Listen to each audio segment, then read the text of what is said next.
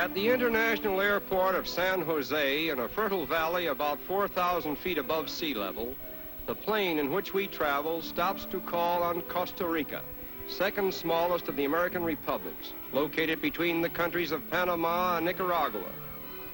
This is the terminal station in Central America for the various airways operating between North and South America, and it is regarded as one of the best in the world.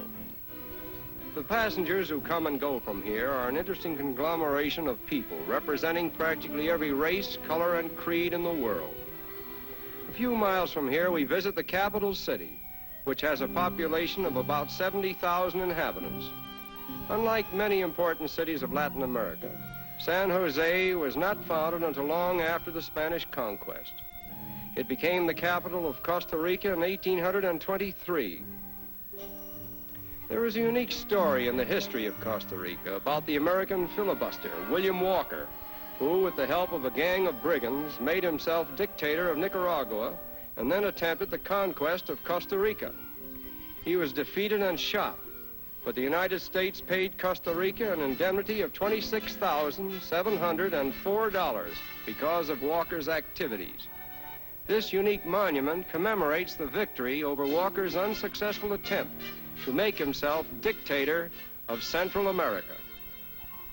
Since the hectic days of William Walker, Costa Rica has had few revolutions, and most of them have been bloodless. Until recent years, the country had 6 times as many teachers as soldiers, and more than a third of its receipts were spent to improve the life of the working man.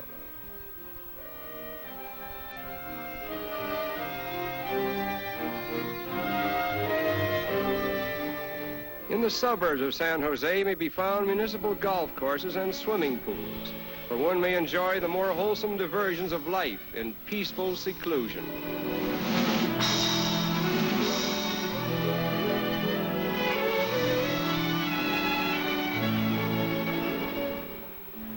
The Spaniards who first occupied Costa Rica came from northern Spain, and they were not so much conquistadores as farmers, settlers, and family men.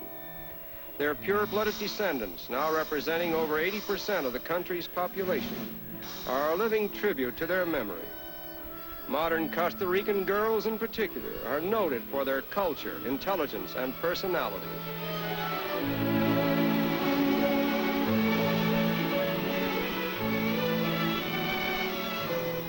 It is said there are more varieties of orchids in Costa Rica than in any other country. And although we didn't take time to verify this, we visited the farm of a famous orchid grower, where we found some outstanding examples, which may help to substantiate Costa Rica's claim to orchid fame.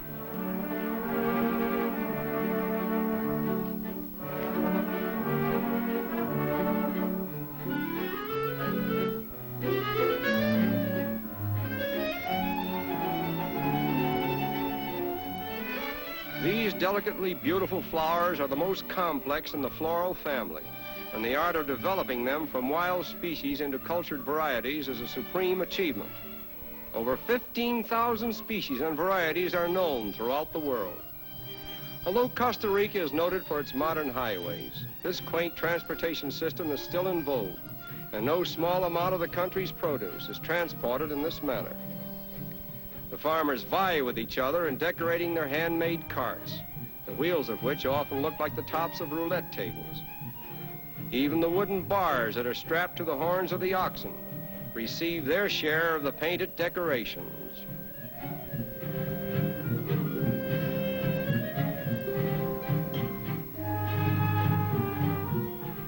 Although the traffic may be antique, the roads of Costa Rica are among the best in the world. And this little country boasts that it is one of the first to complete its portion of the great Pan-American Highway.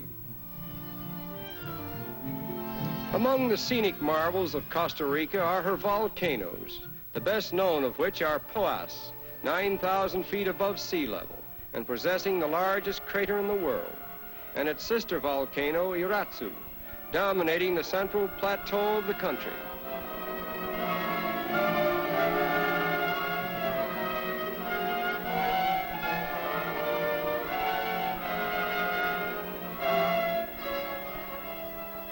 In this barren region, the mighty forces of nature have been churning the depths of the earth for countless ages.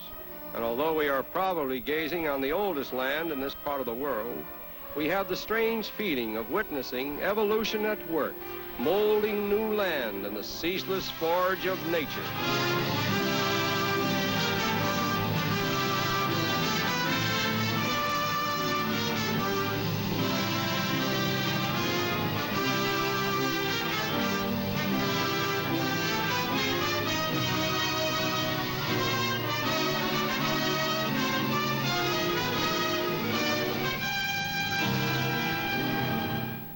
In 1502, when Columbus landed on the shores of this country, he christened it Costa Rica, meaning rich coast.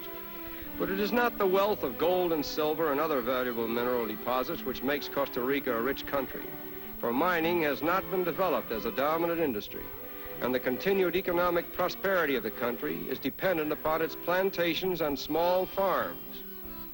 Next to coffee, bananas are the chief crop of export, and the investment in banana plantations is valued at over $23 million. Costa Rica was the first Central American nation to export bananas to the British Isles and Europe. This region was once a dense tropical forest, which has now succumbed to the developing hand of man. Water chemists locate supplies of water for irrigating the plants. Although about 3/4 of all American banana lands are in heavy rainfall zones, new modes in cultivation demand even more water.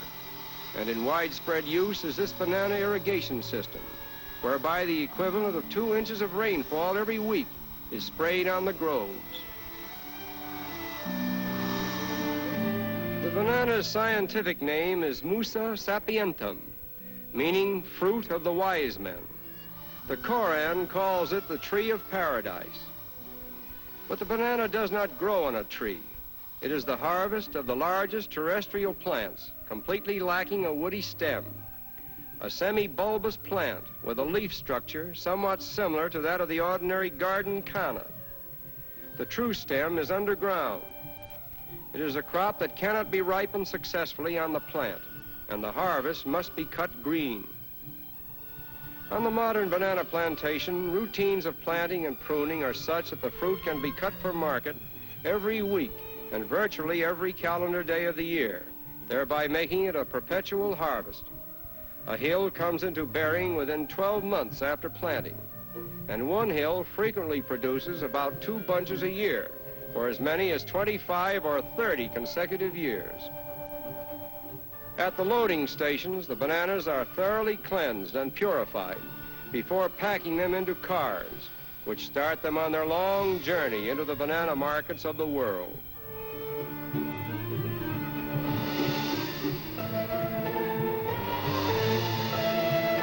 And so life goes on in this banana realm, where a fruit that was practically unheard of in northern countries a century ago is now a staple food in the diet of mankind. Although the backs of mules and donkeys are still an important medium for transporting bananas, they are fast being transplanted by modern trucks, which can carry in one load enough bananas to put 100 donkeys to shame. Back at the airport in San Jose, our plane is waiting to transport us to our northern homes, 3,000 miles away. Just a short journey in this modern age, which has reduced distances and boundaries to such an extent that a weekend trip today could mean a complete swing around the world.